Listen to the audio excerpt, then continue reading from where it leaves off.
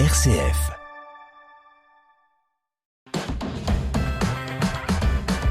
RCF. Vitamine C, Christopher Fausten.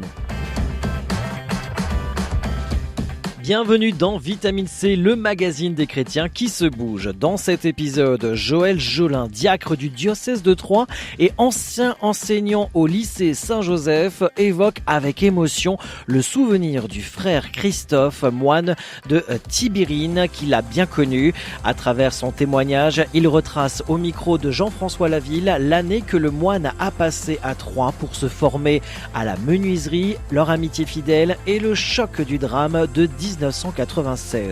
Un échange empreint de mémoire, de foi et d'espérance à l'occasion de la conférence du père Armand Veilleux sur l'invincible espérance des moines de Tibérine qui s'est tenue à Troyes ce jeudi 20 novembre.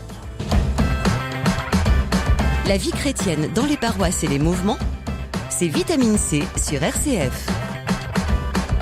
Bonjour Joël. Bonjour Jean-François. Alors vous êtes diacre dans le diocèse de Troyes, vous avez eu des responsabilités dans différents domaines, notamment en matière de pèlerinage, et vous avez été également enseignant, si je ne me trompe pas, au lycée Saint-Joseph à Troyes. Voilà, nous allons en reparler évidemment. Mais aujourd'hui, si nous vous accueillons, c'est pour nous parler des moines de Tibérine, et notamment, plus particulièrement, d'un des moines que vous avez bien connu, victime du drame de 1996 que personne n'a oublié, le moine Christophe. Alors, racontez-nous cela, Joël. Donc le frère Christophe est venu à Saint-Jean en 1981. En fait, à l'époque, c'est donc le père abbé de l'abbaye de Tamier qui cherchait une école, un établissement pour accueillir quelqu'un, un jeune moine, pour se former à la menuiserie. Mais il était adulte alors, c'était il pour était adulte, oui, voilà, il était adulte. Et il était, en fait, c'était un petit peu avant sa profession. Nous, à Saint-Jean, on a dit oui tout de suite. Oui. Si bien que cette année-là, il y avait d'ailleurs deux autres adultes qui partageaient la classe de CAP. D'accord. CAP avec des jeunes habituellement de quel âge? 14 ans? Oui, 15 ans, 15-16 ans. En troisième année, plutôt 16 ans, quoi. 16. D'accord. Donc c'était un élève adulte? C'était un élève adulte avec deux autres adultes, oui. qui changeaient complètement l'ambiance d'ailleurs d'une classe. Et qui est resté combien de temps à Saint-Jean? Il est resté une année. L'année de préparer son CAP. On avait beaucoup insisté bien sûr sur la partie technique professionnelle. Au point de vue de l'enseignement général, il était largement à l'aise. D'accord. Et il venait se former pour quoi faire concrètement? Alors, je pense, il y a une chose certaine, c'est que l'abbaye avait besoin d'un menuisier. Il y a un atelier de menuiserie là-bas à l'abbaye, bien équipé, mais il y avait pas de gens compétents pour l'utiliser. Donc ça, c'était la première chose. Et puis ensuite, comme il était sur le point de faire sa profession de foi, et je pense que c'était un bon moyen aussi d'aller un peu respirer, de sortir un peu de l'ambiance du monastère, peut-être pour confirmer un petit peu une vocation. Mais ça, c'est mon interprétation. D'accord. Quel élève était-il? Studieux, sérieux? Oui, bien sûr. Il était très très ouvert, très intéressé, très proche des jeunes. Dans Saint-Jean et en dehors, où il faisait du soutien scolaire au club des Huches qui était rue Planche-Clément à l'époque là. Et voilà, bien sûr, quelqu'un qui était très désireux de se former et puis voilà, qui ne se limitait pas à ça non plus. Alors une année de CAP, il a quitté Saint-Jean. Vous aviez gardé le contact avec lui après? Ah oui, bien sûr. Donc régulièrement, nous allons à l'abbaye de Tamier encore aujourd'hui. Donc de temps en temps, on va faire un temps de retraite là-bas à l'abbaye, et c'est toujours un très grand bonheur que de rencontrer tous les frères qui l'ont connu et qui sont aussi pour nous des amis maintenant, quoi. Et quand vous étiez en contact avec lui, est-ce qu'il vous parlait bien sûr de son abbaye, mais est-ce qu'il vous parlait également de l'Algérie, de présence de moines dans ces pays? Alors pas trop, mais il avait eu une expérience déjà.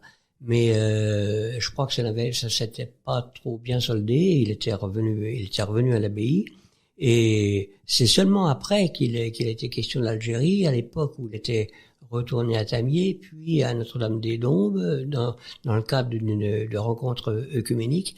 Et c'est là que le père abbé avait lancé un appel pour des frères qui accepteraient de partir en Algérie. Donc ça, je dirais que c'était je saurais plus trop dire, peut-être dans les années 87 ou quelque chose comme ça, mais voilà, donc c'est seulement à ce moment-là qu'il a été que je l'ai entendu vraiment parler d'Algérie et de Tibérine, quoi. D'accord, mais quand il se trouvait déjà là-bas, vous étiez encore en contact avec lui? Ah oui, vous avez oui. eu des échanges? Oui, bien sûr, on a eu des échanges avec lui. On était invités à son ordination presbytérale. Alors surviennent les événements de 1996. Ouais. Quelle a été votre réaction? Qu'est-ce que vous avez ressenti à ce moment-là? C'était vraiment très dur, quoi, parce que déjà il y a eu toute cette période d'incertitude au moment où les moines ont été enlevés, et puis on s'attendait au pire, hein, parce qu'avec le GIA à cette époque-là, on se doutait bien que ça n'allait pas être une affaire simple, quoi. Et bien sûr, l'annonce de la mort, ça a été de la colère. C'est de la colère, ouais. La colère, parce que comment assassiner aussi cruellement, bestialement, je dirais, des hommes qui étaient aimés à Tibérine par la population, qui rendaient de grands services, qui avaient vraiment des liens avec la population, ils n'étaient pas isolés. Beaucoup de gens travaillaient au jardin avec eux, ou à la mécanique. Donc voilà, il y avait vraiment des liens entre la communauté et les habitants de ce petit village, quoi. On est allé d'ailleurs là-bas, nous. Ah oui? À Tibérine, après, il y a quelques années, là. Oui, beaucoup de la colère. On est dans une religion dans laquelle on parle parfois du pardon. Ouais. C'est possible ou pas? Oui. Encore que actuellement, on ne sait toujours pas ce qui s'est passé exactement, hein. On a retrouvé leur tête, et uniquement leur tête, hein. Donc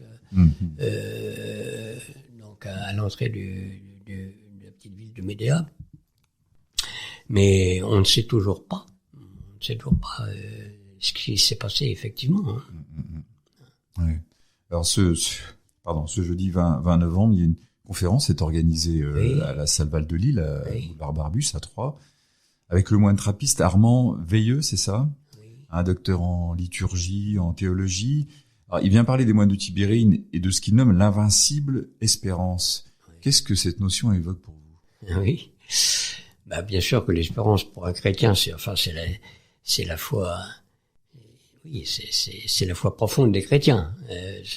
Saint Paul dit si le Christ n'est pas ressuscité, alors notre foi est vaine. Donc voilà, c'est l'espérance, elle est effectivement au niveau spirituel, sûr que ces hommes-là qui sont maintenant d'ailleurs des saints sont près de Dieu, quoi. Hein. Et puis l'autre espérance, c'est que ces conflits cessent. Mais malheureusement, on n'en est pas trop là en ce moment, quoi. Ouais. Invincible, oui, parce que c'est une promesse. Hein, c'est une promesse du Christ, et voilà. On la prend totalement, même si de temps en temps on a des périodes de doute, dans tous les cas de recherche, quoi. Ouais, bien sûr. Ouais. Ce drame a eu lieu il y a 30 ans maintenant. 30 ans, ouais. Quel regard vous portez aujourd'hui, vous, sur le dialogue interreligieux? Je trouve que ça va assez lentement. Il y a des recherches, il y a des essais, il y a des progrès, mais ça reste. Je crois qu'au niveau de humain, c'est assez courant finalement. Il y a des échanges. Après, quand on est au niveau, j'allais dire, des institutions, le terme n'est pas forcément juste, mais ça devient quand même plus compliqué, je trouve, parce que voilà, c'est difficile de changer son regard, quoi, finalement. Et même s'il y a la volonté au moins de parler, de dialoguer, c'est déjà formidable. C'est déjà formidable. Et si on pouvait le faire comme ça un peu partout, on n'aurait sûrement pas les conflits qu'on connaît. Ouais. Ça veut dire que vous restez optimiste? Oui, bien sûr. Je suis plutôt d'une nature optimiste. Si c'est dans votre nature, alors ne changez rien.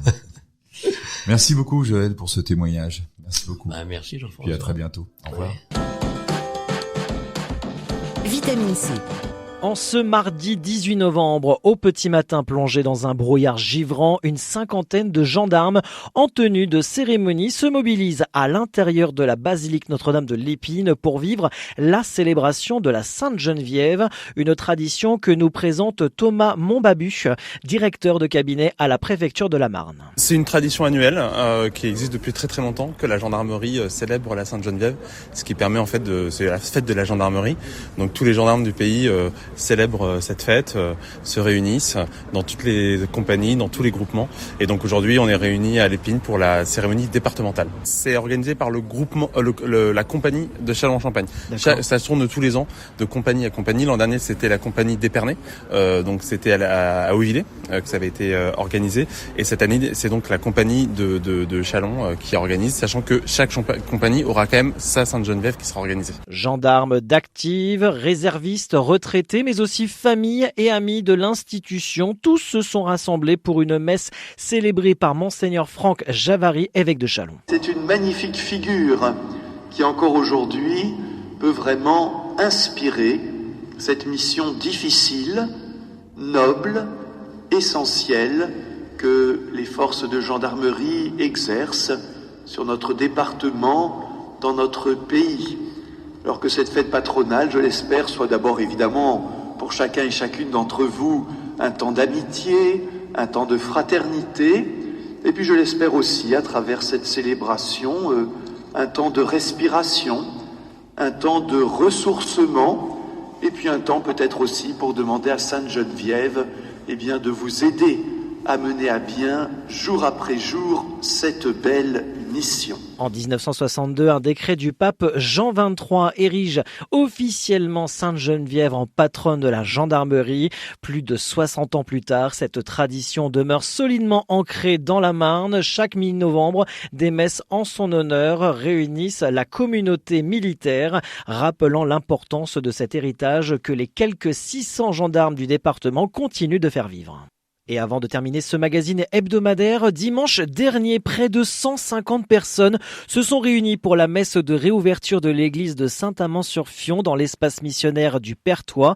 Au diocèse de Châlons, bien sûr, le maire était présent pour présenter les travaux réalisés, tandis que la chorale locale animait la célébration. Cette réouverture est provisoire en attendant la deuxième phase des travaux et un nouveau plan de financement.